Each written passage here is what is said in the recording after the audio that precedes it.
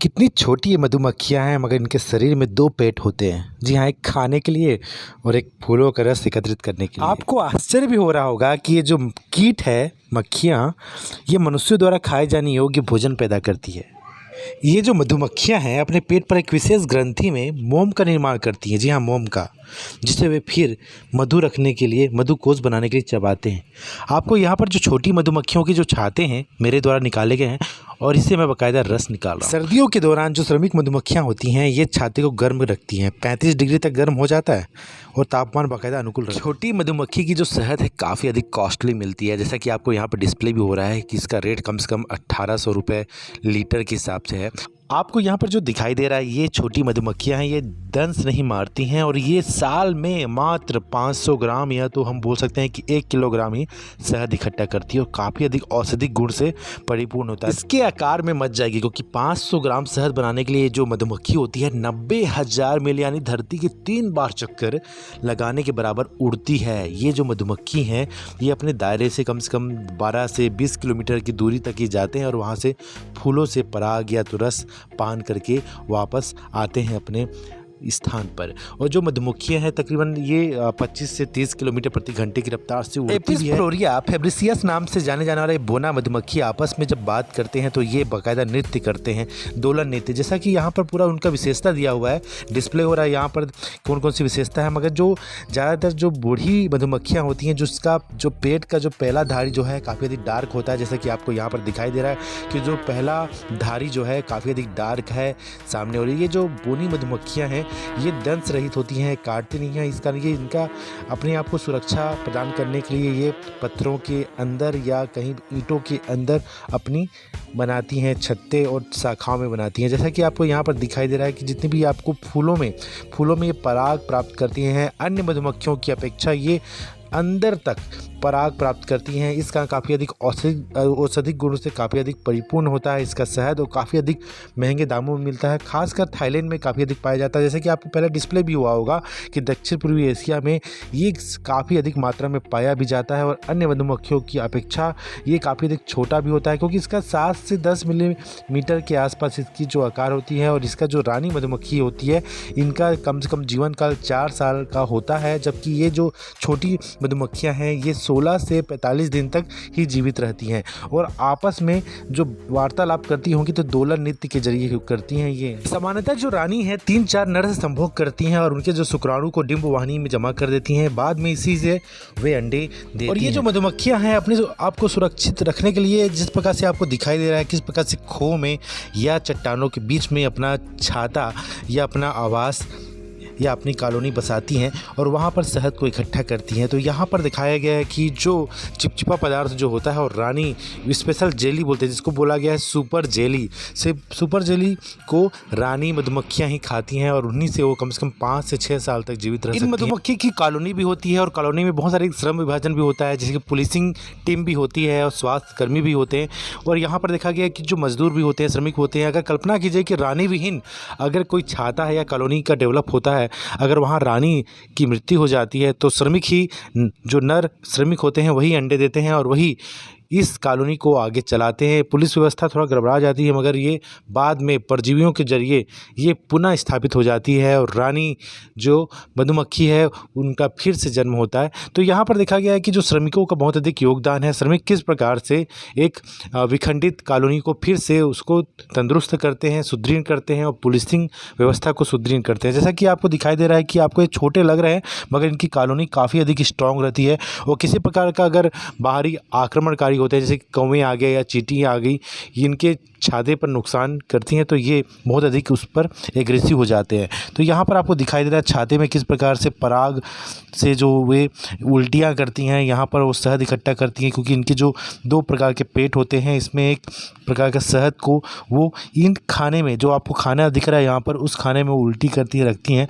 और special jelly जो है रानी मधुमक्खियों के लिए होता है। और यहाँ पर आपको दिखाई दे रहा है जो सेमर का जो वृक्ष है उसमें भी बहुत सारे फूल लगे हुए हैं और यहाँ पर भी आपको फूलों से वो पराग एकत्रित कर रहे हैं। तो ज़्यादातर सुबह का जो समय होता है तकरीबन 9 बजे से पहले यानी सूर्योदय और 9 बजे के पहले ये पराग एकत्रित इनकी जो शहद होती है अन्य शहद की अपेक्षा काफ़ी अधिक पावरफुल होता है, क्योंकि ये खून के लिए काफ़ी अच्छा है। जी हाँ, जिन पर खून की कमी हो जा रही है या तो हम बता सकते हैं कि आरबीसी की संख्या में लाभदायक असर करता है ये, और जो ऑक्सीजन की जो मात्रा है पहुंचाता है खून तक, और हीमोग्लोबिन की स्तर को काफ़ी अधिक बढ़ा देता है। तो ये खून को बढ़ाने में काफ़ी अधिक कारगर है। और शहद जो है, इसका जो शहद है रक्तचाप के लिए काफ़ी अधिक फायदेमंद होता है, क्योंकि इसमें जो नियमित सेवन करने से सर्कुलेटरी सिस्टम और रक्त की केमिस्ट्री में संतुलन बनाए रखता है, और ये निम्न रक्तचाप की जो शिकायत होती है उसको भी कम कर देता है और हाई ब्लड प्रेशर को भी कम कर देता है। इसके अलावा देखा गया है कि कीमोथेरेपी में काफ़ी अधिक असरदार होता है, क्योंकि कीमोथेरेपी के जो मरीज होते हैं उनको WBC की संख्या कम होने से रोकता है ये।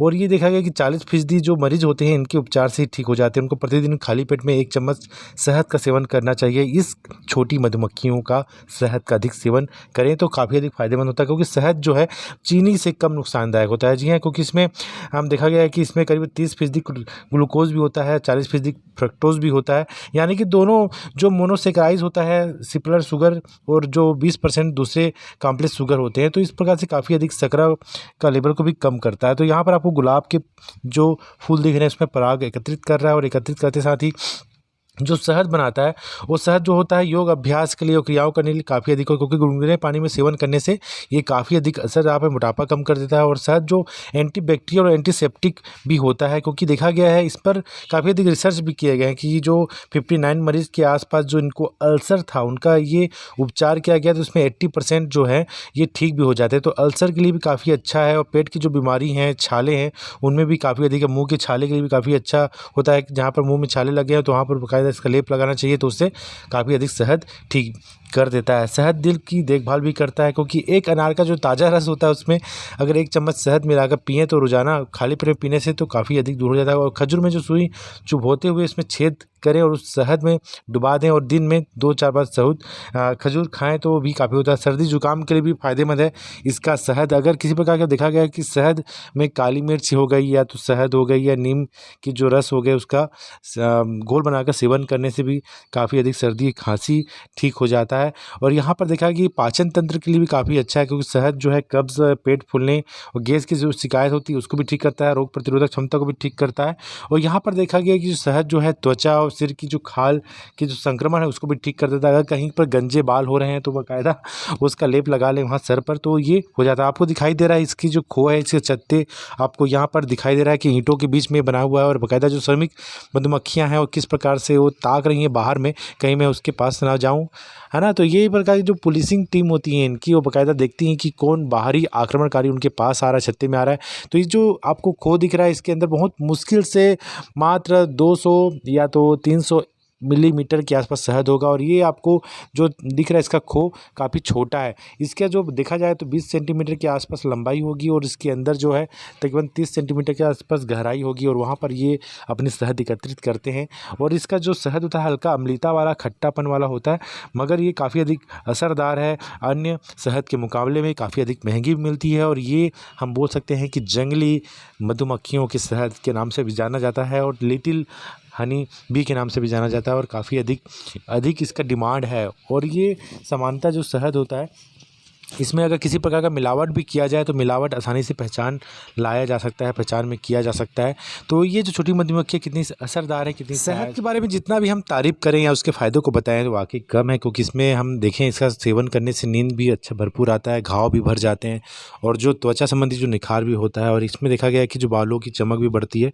तो यहाँ पर आपको दिखाई दे रहा है कि छोटी जो मधुमक्खियाँ होती हैं किस प्रकार से अपने छाते या अपने कॉलोनी को डेवलप करने के लिए संघर्ष करती हैं, और संघर्ष करते समय 2 कॉलोनियों के बीच भी युद्ध होता है, और इस युद्ध में जो पराजित हो जाता है वो बाकायदा कॉलोनी को छोड़ देता है। और यहाँ पर आपको दिखाई दे रहा है किस गति से वो कितनी आक्रामक भी होती हैं। तो पुलिसिंग जो छोटी मधुमक्खियाँ होती हैं वो किस प्रकार से आक्रामक होती हैं, सबसे अधिक घातक होती हैं, क्योंकि ये किसी को डंक मारती हैं तो वाकई ये इनकी मृत्यु भी हो जाती है। और एक बार डंक मारने से ये जो मधुमक्खियाँ होती हैं वो खुद भी मर जाती हैं। तो कितनी अधिक आबादी होती है, मगर इनका जो जीवन काल है अधिक से अधिक 50 के आसपास होता है। मगर यहाँ पर जो रानी जो मधुमक्खियाँ होती हैं किस प्रकार से वो 4 साल लगभग 4 साल के आसपास इनका जीवन होता है रानी मधुमक्खियों का। और ये जो शहद आपको दिखाई देने वाला है वो बहुत अधिक फ़ायदेमंद होता है। इस वीडियो का मुख्य उद्देश्य वही है कि शहद की जो उपयोगिता है उसको बताना, और छोटी मधुमक्खियों का जो संरक्षण करना जो दक्षिण पूर्वी एशिया में ही पाया जाता है। धन्यवाद।